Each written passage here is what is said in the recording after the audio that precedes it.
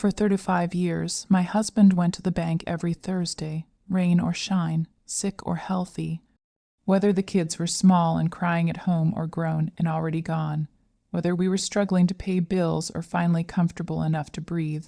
Thursday at 10 in the morning belonged to the bank. It was so routine that I stopped noticing it, the way you stop hearing a clock ticking after years in the same room.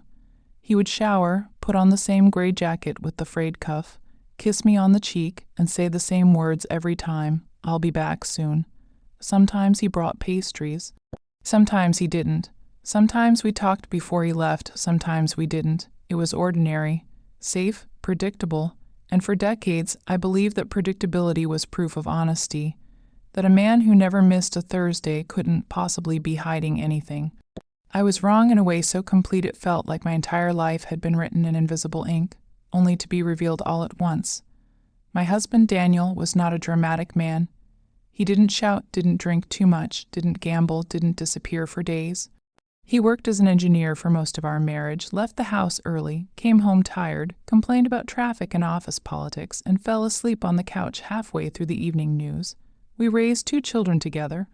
We argued about money, about parenting, about whose turn it was to clean the garage, but we never argued about trust. Trust was the one thing I thought we had in abundance.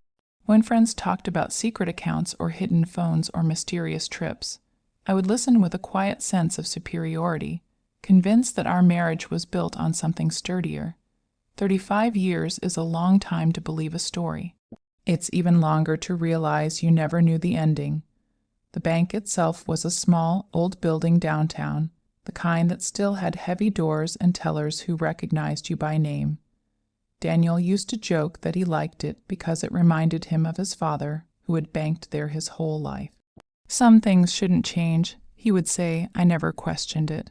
Why would I? He handled most of our finances, not because he controlled me, but because he was better with numbers and I trusted him. I paid attention to household expenses, groceries, school fees when the kids were young, but the bigger picture, investments, savings, long-term planning, was his domain. When I asked questions, he answered calmly, confidently.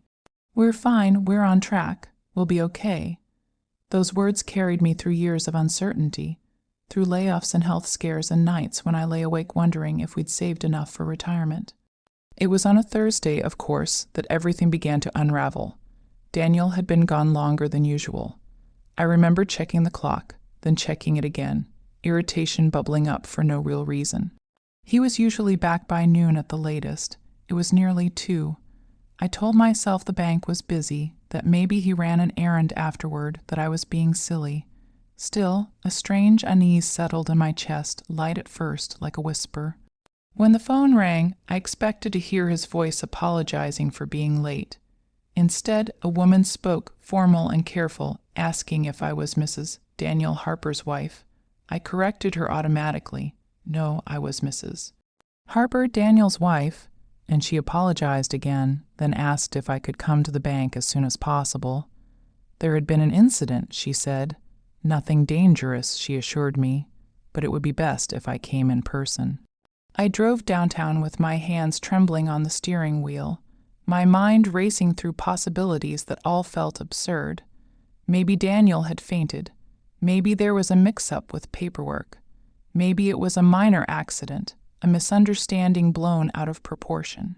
I parked in front of the bank and stared at the building for a long moment before going in, struck by how unchanged it looked, how innocent. Inside, the air smelled faintly of paper and old carpet. A young teller recognized my name before I even introduced myself and asked me to wait. People were watching me, I realized, not staring exactly but noticing. Something was wrong. I could feel it in the way the room seemed to tilt slightly, as if my sense of balance had been quietly removed. They led me into a small office at the back where Daniel sat across from a man in a dark suit. My husband looked smaller than usual, hunched, his gray jacket folded neatly on his lap. When he saw me, something crossed his face, relief, fear, resignation, I couldn't tell. He reached for my hand, but I didn't take it. I didn't know why.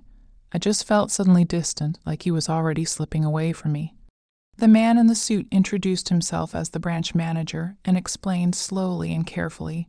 that there had been a discrepancy discovered during a routine internal audit, accounts that had been inactive for years, accounts connected to Daniel, accounts that were not, as far as their records showed, disclosed to me. At first, I didn't understand what he was saying. The words floated around me, technical and polite, refusing to form a coherent picture. Discrepancy, inactive accounts, disclosure. I looked at Daniel, waiting for him to laugh, to explain the mistake, to tell them they had the wrong person. He didn't. He stared at the desk, jaw clenched, eyes wet. That was the moment something inside me cracked. 35 years of certainty fractured into 1,000 sharp questions. What accounts? I asked, my voice sounding strangely calm even to my own ears. The manager slid a folder across the desk toward me. Inside were statements, dates stretching back decades, balances that made my breath catch. Sums of money I had never seen, never touched, never known existed. There were multiple accounts. Some had been opened before we married, others after. Some were modest, some shockingly large. All of them were carefully maintained, meticulously managed, and completely hidden from me. The manager explained that while Daniel had not technically broken the law, certain recent changes in banking regulations required confirmation of beneficiaries and disclosures that had triggered the review. In other words, the secret had been exposed by paperwork, not confession. I wanted to scream. I wanted to laugh. I wanted to rewind time to the moment before I walked into that bank when my life still made sense. Instead, I sat there numb, flipping through pages that documented a parallel existence I had never been invited into. Why? I finally asked Daniel, my voice barely audible. It was a small word for a question that contained my entire marriage. Why the secrecy? Why the lies of omission? Why the weekly ritual? He didn't answer right away. When he did, his voice was hoarse. He said it started as a promise to himself, something his father had taught him. Always have something set aside, something no one can take from you. He said he never meant to hurt me. He said he was protecting us, protecting me. The words felt like an insult layered on top of betrayal. Protecting me from what? From knowledge, from truth, from my own agency as his wife. We left the bank together, walking side by side like strangers who happened to be heading in the same direction. In the car, silence pressed down on us, heavy and suffocating. I stared out the window, watching familiar streets blur past, wondering how many times we had driven this route with a secret sitting between us like an unspoken passenger. At home, I went straight to the bedroom and closed the door. I needed space, time, air. I needed to remember who I was before every memory I owned started rearranging itself around this new reality. I sat on the edge of the bed and tried to breathe, my chest tight, my thoughts chaotic. 35 years, 35 Thursdays. How many lies fit into a lifetime without you noticing? That night, I didn't sleep. I lay awake listening to Daniel's breathing from the other side of the bed, steady and familiar, and felt an anger so deep it scared me. It wasn't just about the money. It was about the choices he had made alone, the life he had partially lived without me, the way he had looked me in the eye for decades and told me we were fine, while holding something back that could have changed everything. I thought about the years I worked extra hours, the trips we didn't take, the worries I carried quietly so as not to burden him. I thought about how different those moments might have been if I'd known the truth. The realization hit me slowly, and then all at once. My world hadn't shattered because of what was discovered at the bank. It shattered because of what had been taken from me all along, my right to know my own life. By morning, I knew this was only the beginning. Whatever Daniel had hidden, whatever reasons he believed justified his silence, were threads connected to something larger, something I didn't yet understand. The bank had opened the door, but the room beyond it was still dark, and for the first time in 35 years, I was no longer willing to accept answers that sounded reassuring but explained nothing. If there were truths buried beneath decades of Thursdays, I was going to dig them up, no matter how much it hurt. I just didn't yet know that what I would uncover next would make the money seem like the smallest lie of all. The morning after the bank, Daniel moved through the house like a guest who had overstayed his welcome. He made coffee without asking if I wanted any, wiped the counter twice as if cleanliness might fix what was broken, and left his cup in the sink untouched.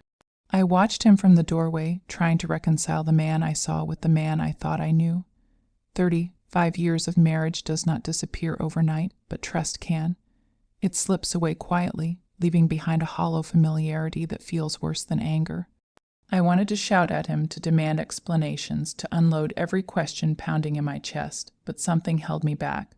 A strange instinct told me that whatever he was ready to say would still not be the whole truth. By midday, I asked him to show me everything. Not summaries, not explanations filtered through his own justifications, but documents, records, letters, anything connected to the accounts. He hesitated just for a second, and that hesitation told me more than his eventual nod ever could. He brought out a locked metal box from the back of the closet, one I had seen before and never questioned. Inside were neatly arranged folders, color, coded and labeled in his precise handwriting. Dates, account numbers, investment portfolios. I flipped through them slowly, my fingers numb, my heart pounding. This wasn't panic money tucked away for emergencies. This was a carefully built financial structure, growing quietly alongside our marriage, untouched by the everyday life we shared. As I read, patterns emerged, deposits made quarterly, transfers timed almost ritualistically. The amounts increased significantly about 15 years into our marriage. Around the same time, Daniel received a promotion he had described as mostly responsibility, not much pay. That lie stung sharper than the others because I remembered comforting him that night, telling him money wasn't everything, that we would manage. All the while, he had been managing just fine, alone. When I confronted him with that memory, he didn't deny it. He simply said he hadn't wanted me to worry. The word worry felt like a mockery. I had built my entire adult life around shared sacrifice, shared planning, shared dreams, or so I thought. Over the next few days, pieces of the past began rearranging themselves in my mind. Little moments that had seemed insignificant suddenly glowed with meaning. The way Daniel never panicked during financial scares, the calm confidence when bills piled up, the refusal to discuss retirement in detail, always brushing it off with "we're covered." Even his insistence on keeping our wills simple outdated. I realized then that secrecy wasn't just something he did on Thursdays.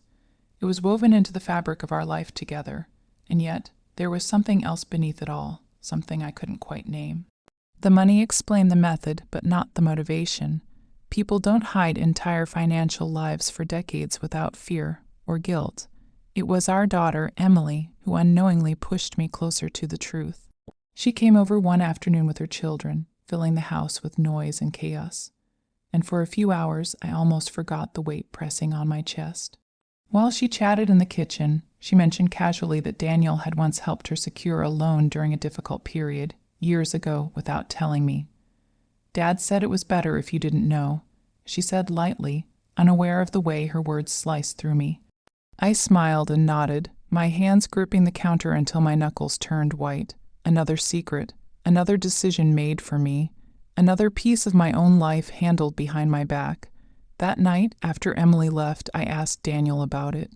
He admitted it easily, almost defensively, as if expecting my reaction. He said he didn't want me stressed, that I was already juggling enough. I told him I wasn't fragile, that I had never been. The look on his face then wasn't anger. It was something closer to fear. That was when I realized he hadn't been protecting me. He had been protecting himself from my questions, my opinions, my ability to say no. And suddenly, the money wasn't just a betrayal. It was control disguised as care. The next Thursday arrived like a challenge. Daniel didn't get dressed. He didn't reach for his jacket. He sat at the table, staring into his coffee, waiting for me to say something. Instead, I put on my coat and picked up my purse. When he looked up, confused, I told him I was going to the bank, with or without him. After a long moment, he stood and followed me out the door. The drive was silent, heavier than the one before. I felt like I was walking back into a crime scene, hoping to notice details I had missed the first time. At the bank, the same manager greeted us, polite but wary. This time I asked the questions about beneficiaries, about linked accounts, about historical transfers. As he answered carefully and factually, a new name surfaced in the paperwork. Not mine, not our children's. a woman's name I didn't recognize, appearing repeatedly as a secondary contact on one of the oldest accounts. My heart began to race. I asked who she was. The manager hesitated, then said privacy regulations prevented him from disclosing personal details. But the relationship had been documented as familial. Familial. The word echoed in my mind like a gunshot. In the car afterward, I said nothing. I didn't need to. Daniel's silence was confirmation enough. When we got home, I turned to him and asked very calmly who she was. He sank into a chair as if his legs had given out. When he finally spoke, his voice was barely above a whisper. He told me he had a sister, half-sister, one he had never told me about, one his father had insisted be kept secret, the result of a relationship that existed before Daniel's mother, before respectability, before the life Daniel had been raised to protect. She had grown up elsewhere, supported quietly through those very accounts. The money, it turned out, wasn't just savings. It was silence. The room seemed to tilt as he spoke. A sister, a living person, woven into our financial life, funded by our shared sacrifices, hidden from me for decades. I thought of every family gathering, every holiday, every story told and retold, and felt sick at how carefully edited Daniel's version of his own life had been. He said he hadn't known how to tell me, that it started before we met and grew too heavy to unpack, that he was afraid I would see him differently. I told him I already did. I told him that by deciding for me what I could handle, he had robbed me of honesty, of partnership, of choice.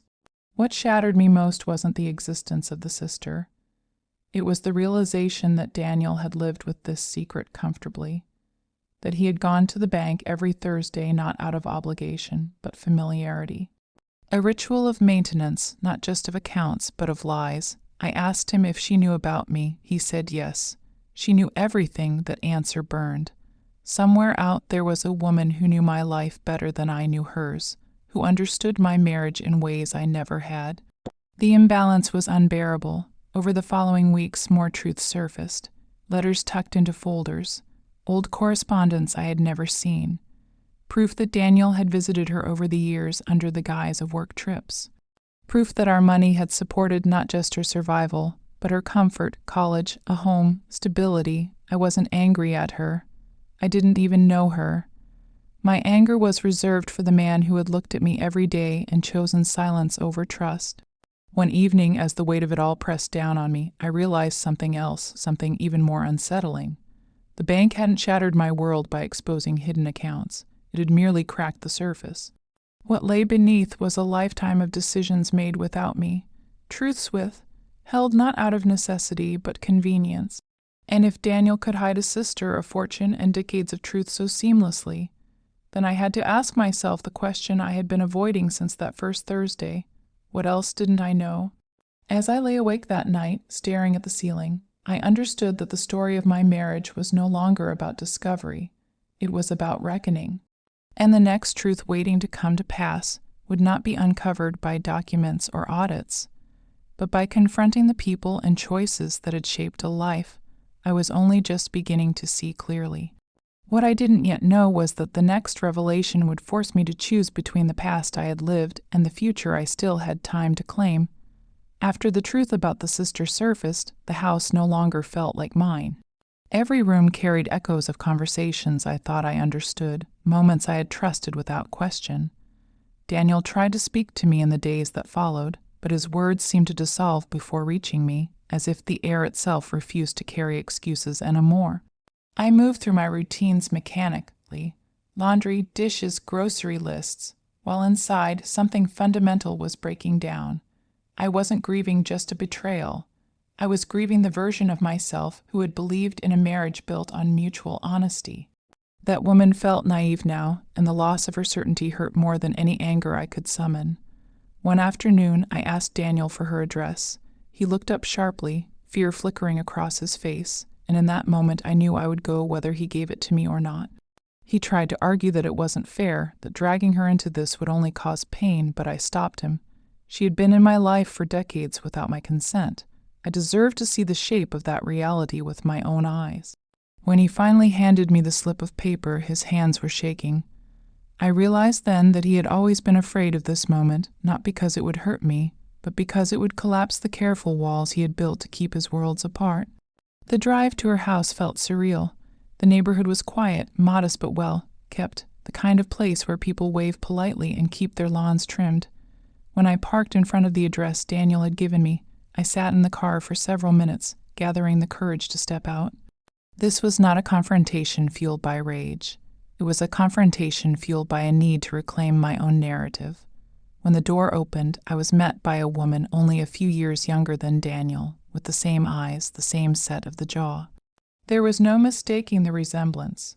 She looked at me calmly, almost sadly, as if she had been expecting me her entire life. She invited me inside without surprise or hostility.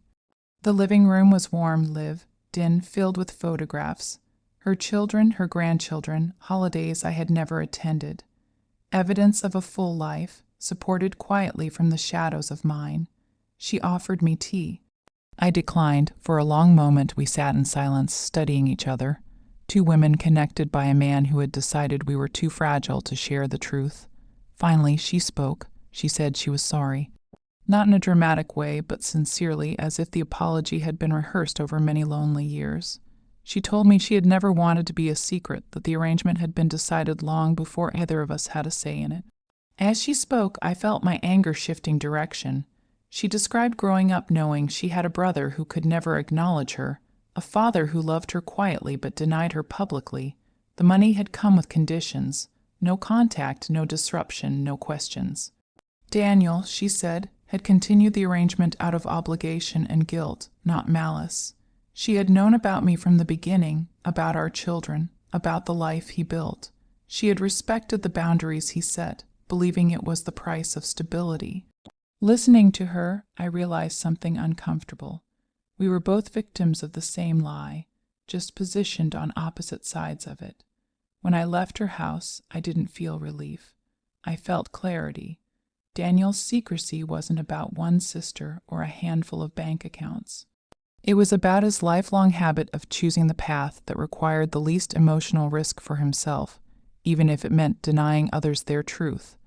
When I confronted him that evening, I didn't raise my voice. I didn't accuse. I simply told him what I now understood, that his greatest betrayal wasn't the hiding, but the assumption that I could not handle reality, that he had confused control with protection for so long that he no longer recognized the difference. He cried then, truly cried. He said he loved me, that he never doubted us, that everything he did was to preserve what we had. I listened quietly, because for the first time, his intentions mattered less than the impact of his choices. Love, I realized, is not proven by how much you hide to keep things calm. It is proven by how much truth you are willing to risk to remain equal. And in that moment, equality felt very far away. Days turned into weeks.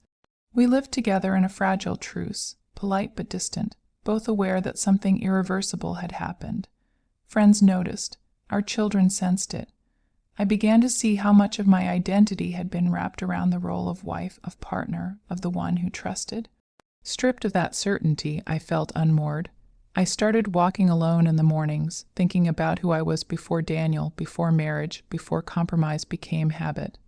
I realized how many decisions I had deferred, how many instincts I had silenced in the name of harmony. One morning, while sorting through old papers, I found something I had overlooked before. A document tucked into the back of one of Daniel's folders. It was a trust agreement, drafted years earlier, naming beneficiaries in the event of his death. My name appeared, yes, so did our children's, but so did hers, and the amounts allocated told a story I couldn't ignore. The careful balance he had tried to strike financially mirrored the imbalance he had created emotionally. He had divided his life in columns, believing fairness could be achieved through math. That discovery didn't make me angry. It made me certain. That night, I told Daniel I needed space, not a break, not time to think. Space to exist outside the gravity of his decisions. I moved into the guest room at first, then later into a small apartment nearby. The move wasn't dramatic. There were no slammed doors, no shouting matches. Just a quiet understanding that love alone could not rebuild what secrecy had eroded. He asked if this meant the end. I told him I didn't know, and for the first time in our marriage that answer was honest. Living alone at this stage of my life was both terrifying and liberating. I learned how quiet the world could be when it wasn't filtered through someone else's routines. I made choices without consulting anyone. Ate when I was hungry, slept when I was tired, and slowly, painfully, I began to feel something returning, my sense of self. The bank, the sister, the money. All of it had forced me to confront a truth I could no longer ignore. A life built on partial honesty is still a lie, no matter how comfortable it feels. As I settled into this new reality, I knew that what came next would require courage of a different kind. Not the courage to confront the past, but the courage to decide what kind of future I was willing to accept. Daniel was waiting, our family was watching, and somewhere between what had been revealed and what was still unspoken, my world stood on the edge of a final reckoning that would determine whether trust could ever be rebuilt, or whether the only honest choice left was to walk away. Living alone stripped life down to its essentials. Without Daniel's presence, the days stretched wider, quieter, forcing me to sit with thoughts I had postponed for decades. I began noticing how often I had adjusted myself to keep the peace, how many times I had accepted it's better this way. Without asking who it was better for, the apartment became a place of reflection rather than escape. Every morning, I woke with the same question pressing against my ribs. Could trust be rebuilt after it had been managed like a ledger, carefully balanced but never truly shared? Daniel called often at first. He told me about his days, about small things that once made up our shared life. I listened politely, but each conversation felt like a performance of normalcy neither of us could sustain. He wanted reassurance that this separation was temporary, that patience would be rewarded. I wanted something else entirely, proof that he could live without controlling the narrative, without deciding in advance what I was allowed to know. I asked him to start therapy, not as a condition but as a necessity. To his credit, he agreed, but even that felt reactive rather than transformative, another attempt to repair damage after the fact instead of preventing it through honesty. Our children reacted in different ways. Emily was angry at her father, at the secrecy, at the ripple effects invading her sense of family history. Our son Michael was quieter, more analytical, asking practical questions about finances, about inheritance, about what this meant long term. Their responses reflected something painful and undeniable. Daniel's secrets had not only reshaped my life, but theirs as well. The image of their father as a steady, reliable presence had cracked, and I felt a sharp guilt for not having protected them from that disillusionment, even though I knew it wasn't mine to carry. It was Michael who uncovered the next truth, though he didn't intend to. While helping Daniel organize documents for legal clarity, he noticed discrepancies in timelines that didn't align with the story we had been told. He brought them to me quietly, hesitant but concerned. Dates of travel that overlapped with family events Daniel had supposedly attended, financial transfers that coincided with those absences, nothing explicitly incriminating but suggestive, the kind of pattern that makes your stomach tighten before your mind catches up. I confronted Daniel again, this time with a calm that came from exhaustion rather than restraint. He denied nothing. Instead, he admitted that the visits to his sister had not always been brief or infrequent, that there were periods when he had been more present in her life than in ours. Not emotionally, he insisted, but physically. He spoke as if that distinction mattered. He framed it as duty, as obligation, as atonement for a past he hadn't created but had inherited. As he spoke, I realized that his entire moral framework was built on silently correcting perceived wrongs, even if it meant creating new ones in the process. He had lived as if love was something you distributed privately, in controlled amounts, to avoid chaos. The final truth didn't arrive in a dramatic confession. It surfaced quietly in a letter from the bank, a formal notice regarding the restructuring of the trust accounts due to updated beneficiary requirements. As I read through the document, a detail stood out. One of the accounts, the oldest and largest, had a conditional clause tied to a dependent listed not as familial, but as legal responsibility. I felt my breath catch. When I asked Daniel about it, His silence stretched too long. He eventually admitted that for several years he had been the legal guardian of his sister's eldest child after a family crisis. A child he had supported, guided, and effectively raised in the shadows of our life together. That was the moment my world truly shattered. Not because of infidelity, not because of money, but because of time. Time he had given away. Time that belonged to our family, to our children, to our shared life. He had missed birthdays, recitals, ordinary moments, not always because of work, but because of another responsibility he never trusted me to share. I felt grief unlike anything I had known, not sharp, but heavy, like mourning something that had been alive and thriving without me ever knowing. When I asked why he hadn't told me, his answer was simple and devastating. He said he was afraid I would ask him to choose, that admission stripped away every remaining justification. By hiding the truth he had already chosen, again and again, without my consent. I understood then that this wasn't a matter of forgiveness or understanding. It was a matter of agency, of whether I could continue in a marriage where my partner believed that love required unilateral decisions. I spent days walking, thinking, writing letters I never sent. I considered the life we had built, the years of companionship, the shared history that could not be erased.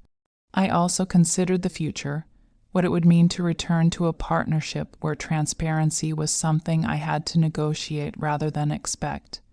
Daniel waited, hopeful but anxious, clinging to the idea that history could outweigh truth. But history, I realized, only matters if it's complete. When I finally told him my decision, my voice was steady. I said I could not return to the marriage as it had been, that even if love remained, trust could not be retroactively applied. I told him I didn't hate him. I told him I believed he had acted out of fear, not malice.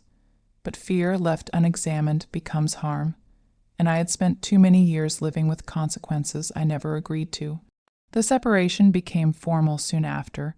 Papers were filed, accounts were disclosed. Everything came into the light at last, too late to save what secrecy had dismantled. Daniel looked smaller to me then, not because he had lost power, but because I could finally see him clearly, flawed, afraid, human, and seeing him clearly made it impossible to go back to the comforting illusion that had once defined my world. As I stood on the edge of this new chapter, I understood that the final reckoning wasn't about him at all. It was about me, about reclaiming the years ahead with honesty, even if it meant walking forward alone. I didn't yet know what that future would look like, but I knew one thing with absolute certainty. Whatever came next would be built on truth, or it would not be built at all. The first Thursday after the separation papers were signed arrived quietly. No tension, no anticipation, no ritual attached to it anymore. I noticed the day only because of the absence of something that had shaped my life for so long. For 35 years, Thursdays had belonged to Daniel and the bank, to secrets wrapped in routine, to truths deferred by habit.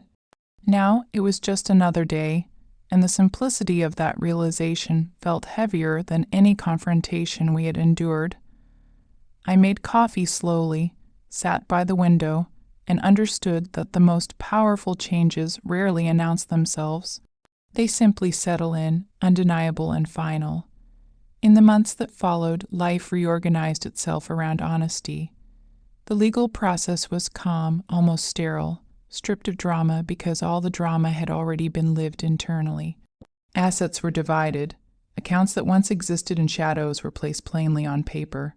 For the first time, I saw the full map of the financial world Daniel had built, and instead of awe or anger, I felt something close to pity. He had spent a lifetime preparing for disasters that never came, while creating one he could have prevented with a single conversation decades earlier. Security, I realized, is meaningless when it costs you intimacy. My relationship with the children changed, but it deepened. There were difficult conversations, questions that had no comforting answers, moments when they looked at me with a mixture of sorrow and admiration that made my chest ache. I told them the truth, not filtered, not softened, but grounded in compassion. I refused to let secrecy be the inheritance passed down to them. If this family was going to fracture, it would not do so silently. And slowly they began to understand that the end of a marriage does not always signal failure. Sometimes it signals the refusal to live half a life any longer. Daniel and I spoke less as time passed, but when we did, the conversations were honest in a way they had never been before. Without the need to manage impressions or protect illusions, he admitted things he had never allowed himself to face, that he had lived in fear of disruption, that he believed love required sacrifice, but only his version of it, that he mistook endurance for virtue and silence for strength. Listening to him, I felt no urge to correct or rescue him. His reckoning was his own, mine was already underway. I met his sister again once, months later, under different circumstances. There was no bitterness between us, only a quiet understanding shaped by shared loss and unexpected respect. We spoke about ordinary things, children, aging, the strange weight of family history. She told me she admired my courage. I told her I wished courage hadn't been necessary. We parted without promises, but without resentment. Some connections don't need to be repaired. They simply need to be acknowledged and released. As the year turned, I began to rediscover parts of myself that had gone dormant. I traveled alone for the first time in decades. I took a class I had once dismissed as impractical. I made plans without negotiating them into something smaller. The freedom wasn't loud or reckless, it was steady. Grounded, built on the simple but radical idea that my life belonged fully to me. I no longer confused peace with compliance or stability with silence. Occasionally, I would pass the old bank downtown. The building looked exactly the same, solid and indifferent, its doors opening and closing for people carrying their own private truths. I never went inside again. I didn't need to.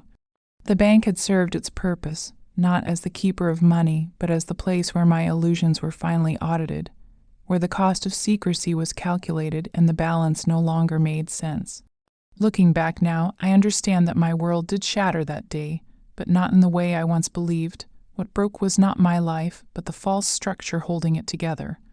Beneath it was something sturdier, my capacity to choose to see clearly, to demand truth even when it rearranged everything. 35 years of Thursdays had taught me a lesson I would carry forward for the rest of my life. Love that requires you to be protected from reality is not love. It is control softened by familiarity. I do not regret my marriage. I regret the silence that was mistaken for harmony. I regret the questions I never asked because routine had convinced me there was nothing left to learn. But regret no longer defines me. Awareness does. And if there is one truth I hold above all others now, it is this. Nothing discovered too late is wasted if it frees you in time to live honestly. On that final Thursday of the year, I woke early, opened the curtains, and let the light flood in without waiting for anyone else's schedule. There was no bank to visit, no secret to maintain, no life running parallel to mine. Only the quiet certainty that whatever came to pass next would do so in the open. And for the first time in a very long while, that was enough.